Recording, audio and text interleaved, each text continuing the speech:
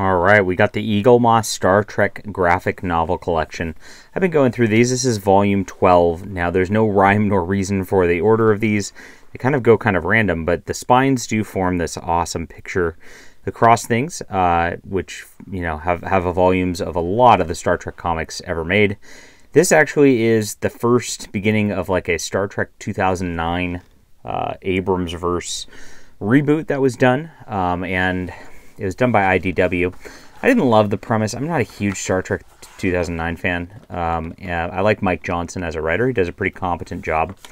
And then this one, each 2 issues is an episode from the original series, but with the Star Trek 2009 cast. So slight twists on the episodes there. And you get Where No Man Has Gone Before, the Galileo 7, and Operation Annihilate in this book. So if you've seen those episodes, you kind of know what you're going to get. I think the art's actually pretty competent and pretty decent in this too.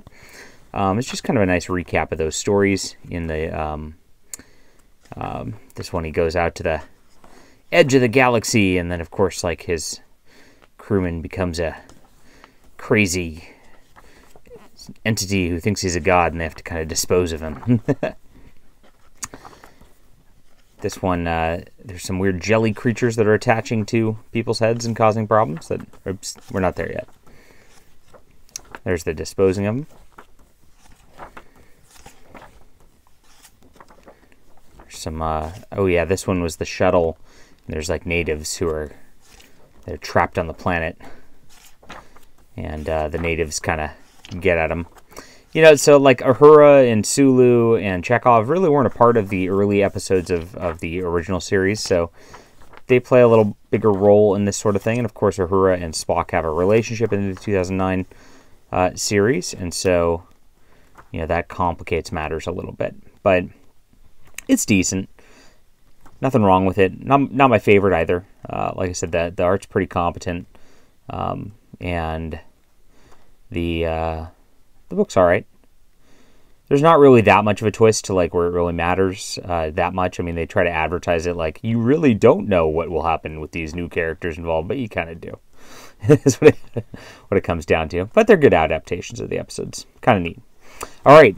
Now, the real cool thing about these series is there's the Gold Key issues in the back of these. So Gold Key was mostly reprinted. IDW did a few trades of these, and these are from the 60s and 70s. And, like, they didn't finish the collection, so they're not all the way collected, but they are all the way collected in this series. You just get 1 issue per volume. So as you read through these, you get these 1 60s issue. So Len Wein from Swamp Thing, and of course the editor of Watchmen, actually wrote this, so you get some really fun. And this is a really, really bizarre, wild thing where these, like, Vulcan emotion demons, like, were trapped in a spot, and they've escaped, and, like, they get into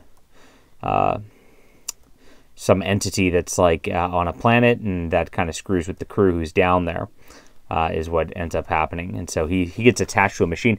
Really, like, dark ending as Spock, like, leaves this guy attached to this machine, who's an immortal for all eternity, while he's sitting there, like, in his own dark, like, nightmares.